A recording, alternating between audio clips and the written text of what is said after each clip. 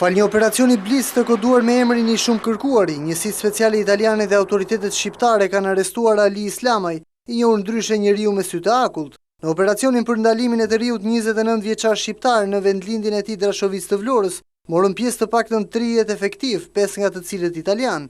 Islamaj konsiderohej si tepër i rrezikshëm në Itali për shkak të mënyrës brutale dhe agresive gjatë vjedhjeve.